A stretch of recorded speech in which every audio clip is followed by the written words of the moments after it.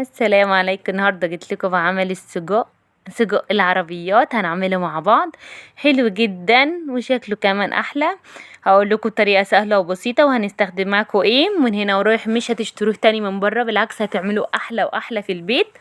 بس تابعوا معايا الطريقه للاخر. قبل ما نبدا لازم تصلوا على النبي. تعالوا اقول لكم على المقادير. هنا انا معايا نص كيلو سجق غسلاه في ميه وخل نعاه ربع ساعه، ومعايا 5 من الطماطم، ومعايا 2 من الفلفل الاخضر، ومعايا كمان معلقه توم بس نسيت احطها مع المقادير.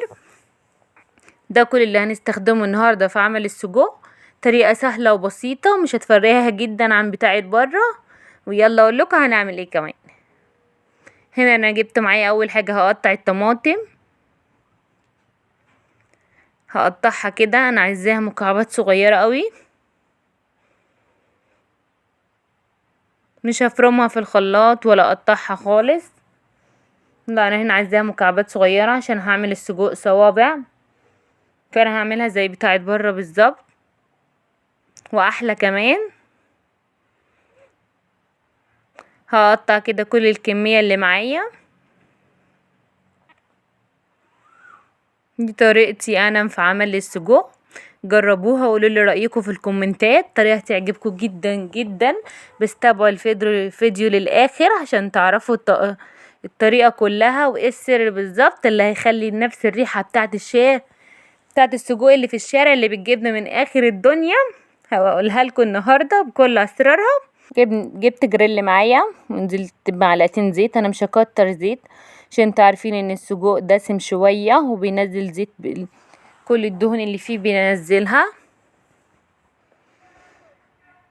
اما اول كده ما تسخن معايا الطاسه على طول نزلت بكل السجق.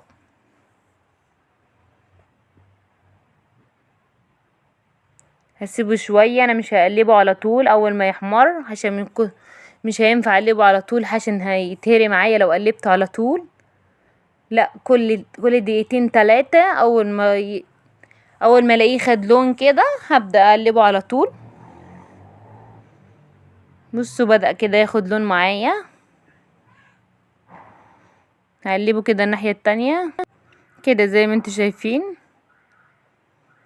عشان هو مش بياخد معايا اي وقت. كده بعد ما حمرت كل السجق هو ده اللون اللي انا عايزاه. اطلع كله في طبق، وفي نفس الطاسة برضو انا هعمل النهاردة السجق كله في نفس الطاسة. نزلت بمعلقة توم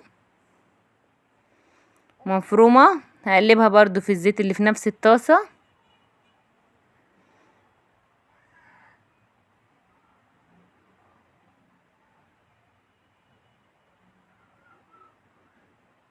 لحد ما ياخد لون كده ويصفر معايا، عشان انا بستخدم ليه نفس الطاسة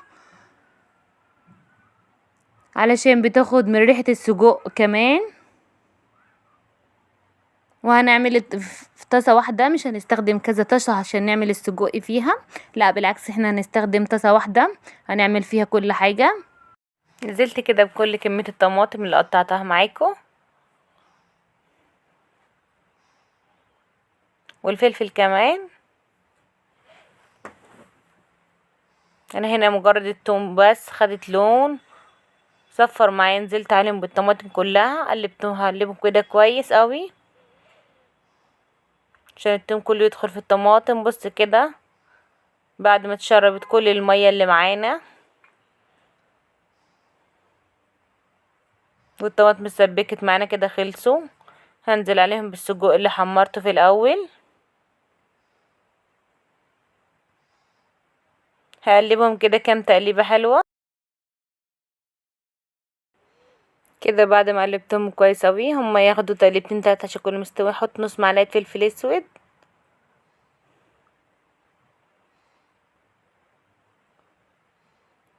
وكمان نص معلقة كمون. ده بس اللي استخدمه. هنا بقى هحط معلقة من الخل تديكي بقى ريحة حلوة جدا وهتغير معاكي طعم السجق خالص، تخليه احلى بكتير. ونص معلقة كزبرة ناشفة.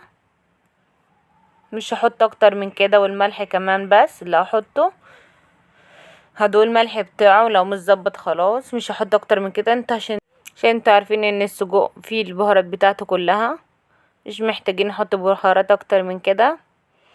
هقلبهم كده تقلبتين 3. لحد دلوقتي لسه ما خدوش الريحه اللي بتشموها من اخر الدنيا. هقولكوا على ايه بقى الريحه اللي هتشموها من اخر الدنيا. حاجه بسيطه خالص موجوده في البيت.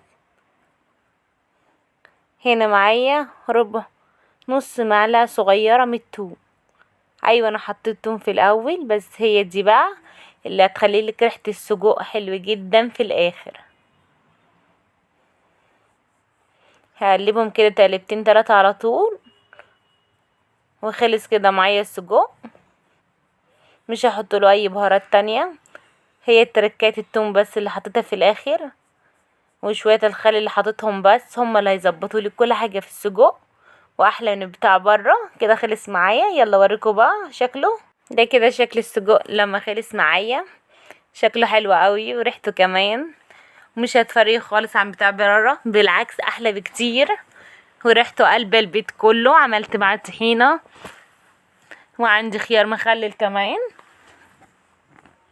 وهجيب فينو برضه هوريكم. هعمل كام سندوتش معاكم،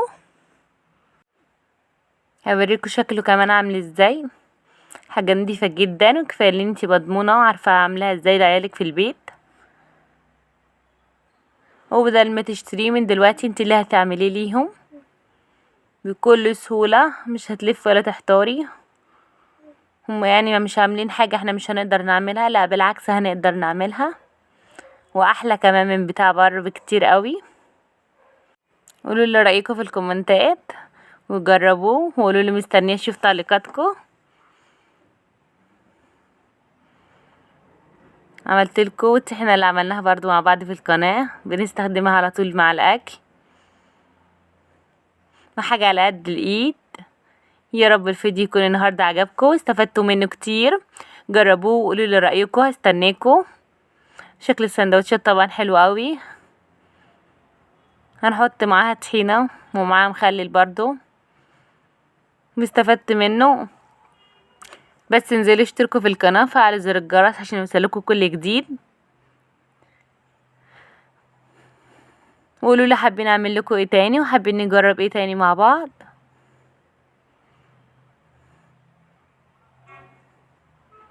من هنا ورايح مش هنشتري سجق تاني من بره، احنا اللي هنعمله اولادنا في البيت. طريقه سهله وبسيطه. بصوا شكله، والله العظيم من جماله بيتكلم عن نفسه.